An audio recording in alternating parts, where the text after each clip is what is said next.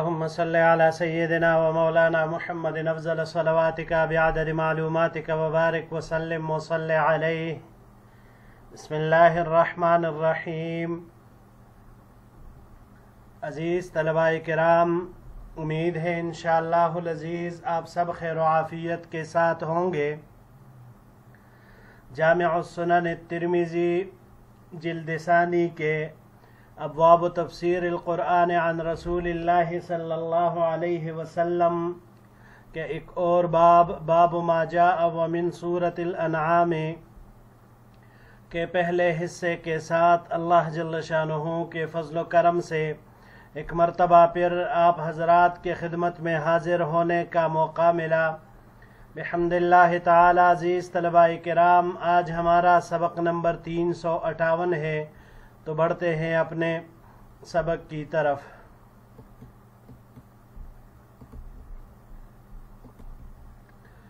ومن سورۃ الانعام، یہ باب ہے سورہ انعام کی تفسیر کے بیان میں. وبه قال حدثنا ابو قریب قال حدثنا معاویہ بن ہشام عن سفیان عن ابی اسحاق عن ناجیہ بن کعب عن علی رضی اللہ تعالی عنہ. ہمیں روایت کی ابو قریب نے، انہوں نے روایت کی معاویہ ابن ہشام سے، انہوں نے سفیان سے، انہوں نے ابو اسحاق سے، انہوں نے ناجیہ ابن کعب سے، اور انہوں نے حضرت علی رضی اللہ تعالی عنہ سے ان ابا جہل قال للنبی صلی اللہ علیہ وسلم انا لا نکذبک ولکن نکذب بما جئت به، کہ ابو جہل نے حضور نبی کریم صلی اللہ علیہ وسلم سے کہا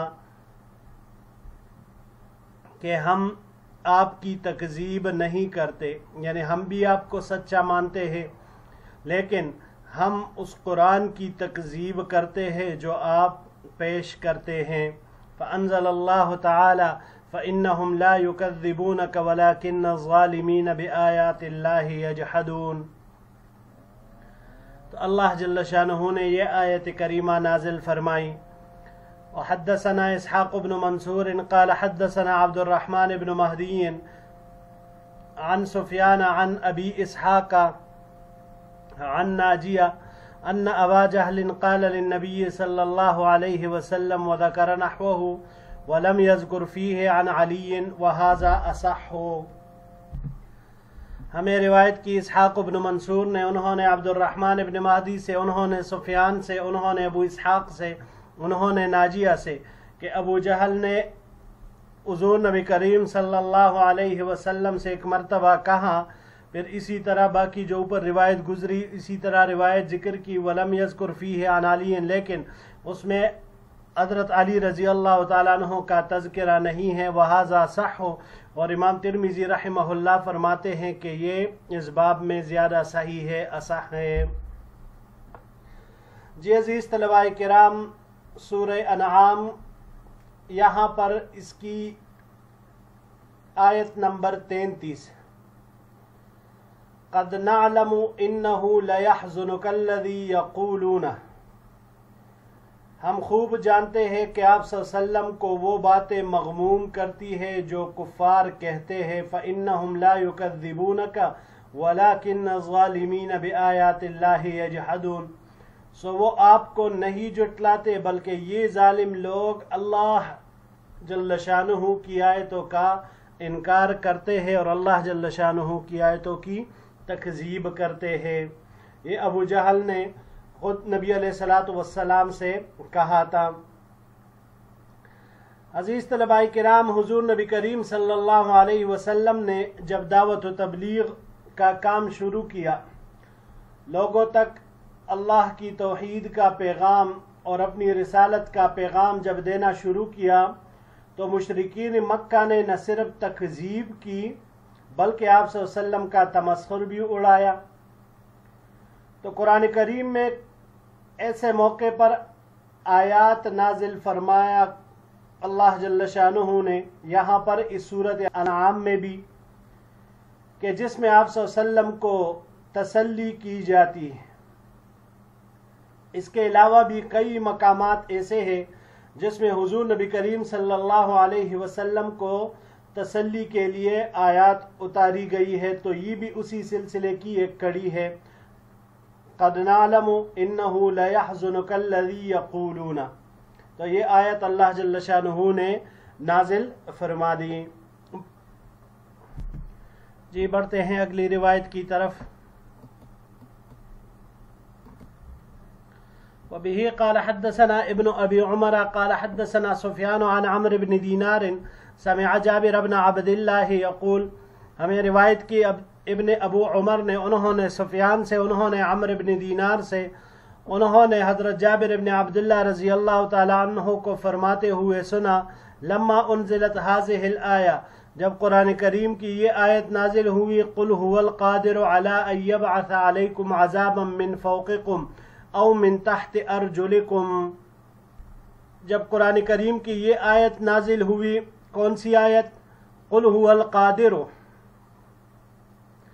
قل اے پیغمبر علیہ السلام آپ کہہ دیجئے کہ اللہ تعالیٰ اس پر قادر ہے کہ کوئی عذاب تمہارے اوپر سے بھیج دے یا تمہارے پاؤں کے نیچے سے۔ فقال النبی صلی اللہ علیہ وسلم اعوذ بوجہک، تو اس آیت کے نزول کے بعد حضور نبی کریم صلی اللہ علیہ وسلم نے فرمایا میں تو اللہ کی ذات کی پناہ چاہتا ہوں۔ تو اس استعاذہ میں اشارہ ہے کہ یہ دونوں عذاب مسلمانوں پر بھی آ سکتے ہیں، تو اسی وجہ سے آپ علیہ السلام نے اللہ جل شانہ سے پناہ مانگی، اور اللہ جل شانہ نے آپ صلی اللہ علیہ وسلم کی دعا قبول کی۔ فلما نزلت او يلبسكم شيعا ويذيق بعضكم بأس بعض، اللہ جل شانہ نے پھر اس کا یہ حصہ نازل فرمایا، او یلبسکم شیعا، کہ یا وہ تمہیں گروہ گروہ کر کے آپس میں بڑھا دے، وَيُذِيقَ بَعْضَكُمْ بَأْسَ بَعْضٍ، اور تمہارے بعض کو بعض کی سختی چکھائے۔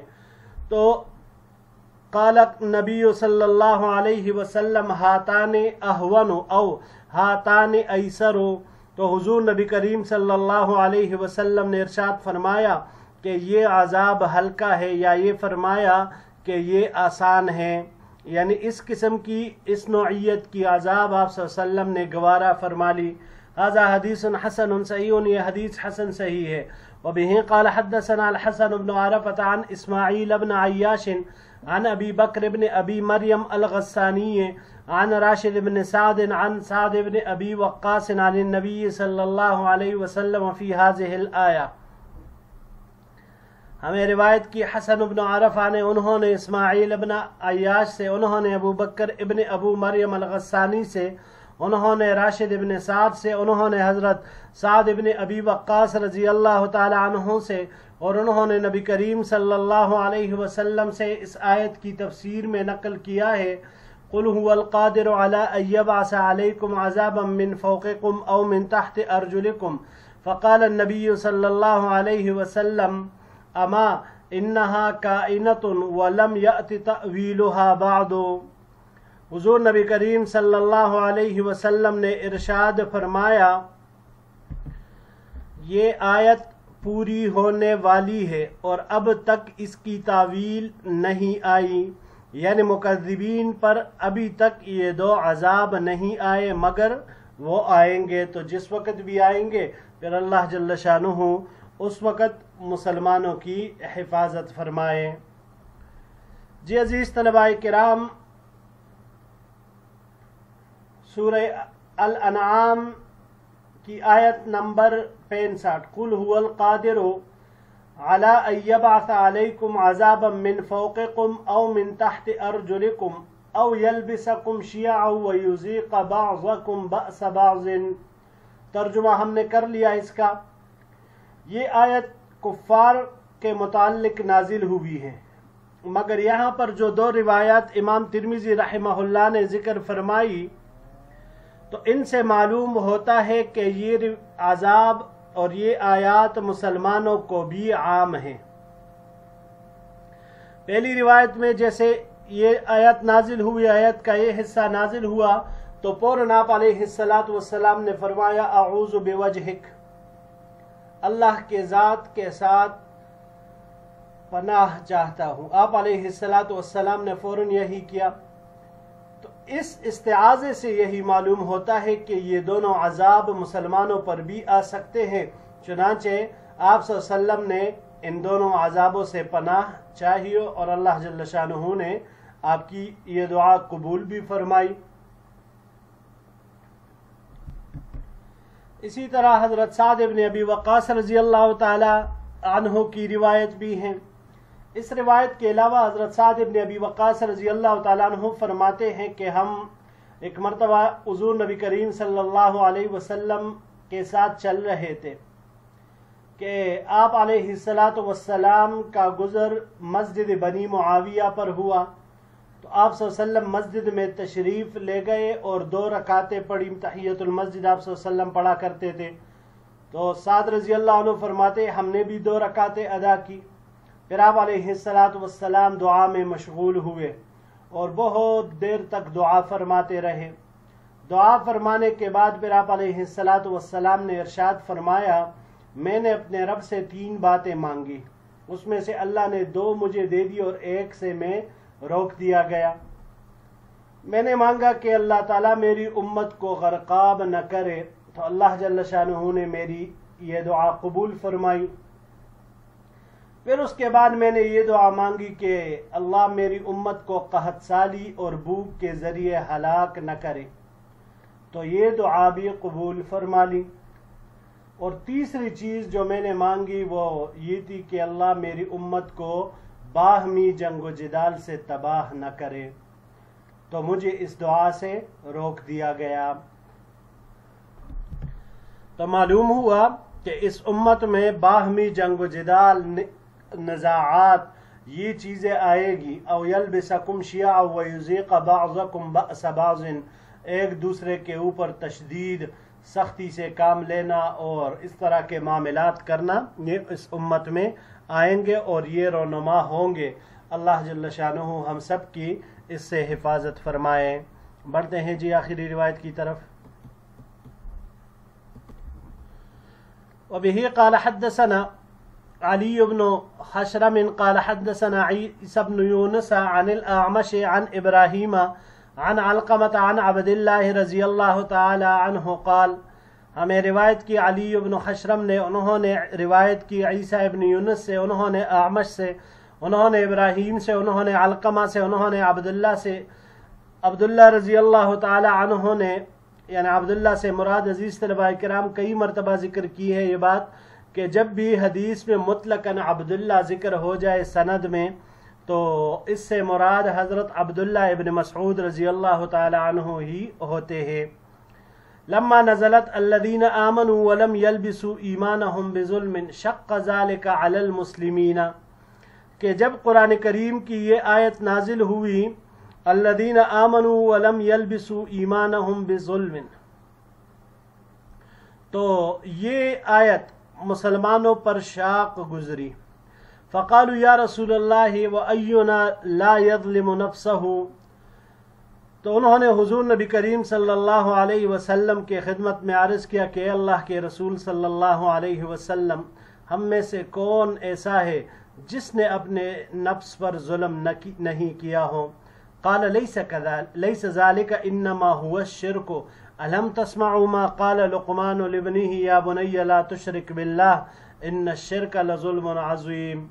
حضور نبی کریم صلی اللہ علیہ وسلم نے ارشاد فرمایا کہ بات اس طرح نہیں ہے بلکہ اس سے مراد شرک ہے۔ کیا تم حضرت لقمان کی یہ بات نہیں سنتے جو انہوں نے اپنے بیٹے کو کہی، یا بنی لا تشرک باللہ ان الشرک لظلم عظیم، اے میرے بیٹے اللہ کے ساتھ کسی کو شریک نہ ٹھہرا، بے شک شرک ایک بہت بڑا ظلم ہے۔ ھذا حدیث حسن صحیح، یہ حدیث حسن صحیح ہے۔ جی عزیز طلباء کرام، یہ آیت کریمہ سورہ انعام کی 82 نمبر آیت ہے۔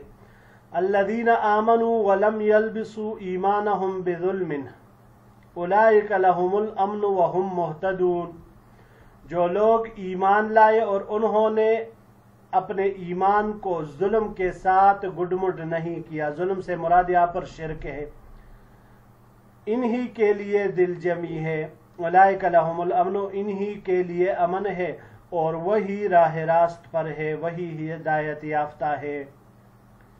جی عزیز طلباء کرام، اب یہاں پر تو معلوم ہوا کہ آیت کریمہ میں جو اپنے اوپر ظلم کا ذکر ہے، ایمان میں ظلم کا ذکر ہے، تو اس سے مراد شرک ہے۔ ظلم اصل میں کہتے ہیں وضع الشیء فی غیر محلہ، کسی بھی چیز کو اس کے غیر مناسب جگہ پر رکھ دینا، یہ ظلم ہے۔ ظلم سے بہت ساری چیزیں مراد لی جا چکی ہے اور لے سکتے ہیں۔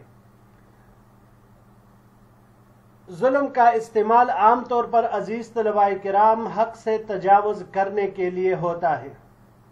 اب وہ تجاوز چاہے قلیل ہو یا کثیر ہو، وہ تجاوز عملی ہو یا فعلی ہو، وہ تجاوز اعتقادی ہو یا اپنے عمل کے ذریعے سے کر کر اس کو دکھائے کہ میں نے تجاوز کیا۔ ظلم کا اطلاق عام طور پر جو ہم سنتے آئے ہیں گناہ کبیرہ، شرک، نفاق، بدعملیوں وغیرہ پر اس کا اطلاق ہونے لگا۔ قرآن کریم میں یہ سب اطلاقات آئے ہیں۔ اب یہاں پر اس آیت کریمہ میں بھی الذین آمنوا ولم یلبسوا ایمانہم بظلم، اس آیت کریمہ میں صحابہ کرام نے ظلم سے عملی گناہ مراد لے لیا کہ عملی گناہ سے اب کون انسان ایسا ہوگا جس سے کوئی نہ کوئی گناہ بھی صادر نہ ہوا ہوگا۔ تو اس لیے انہوں نے حضور نبی کریم صلی اللہ علیہ وسلم کی خدمت میں عرض کیا کہ یا رسول اللہ، ہم میں سے ایسا کون ہوگا جس نے اپنے اوپر ظلم نہیں کیا ہوگا؟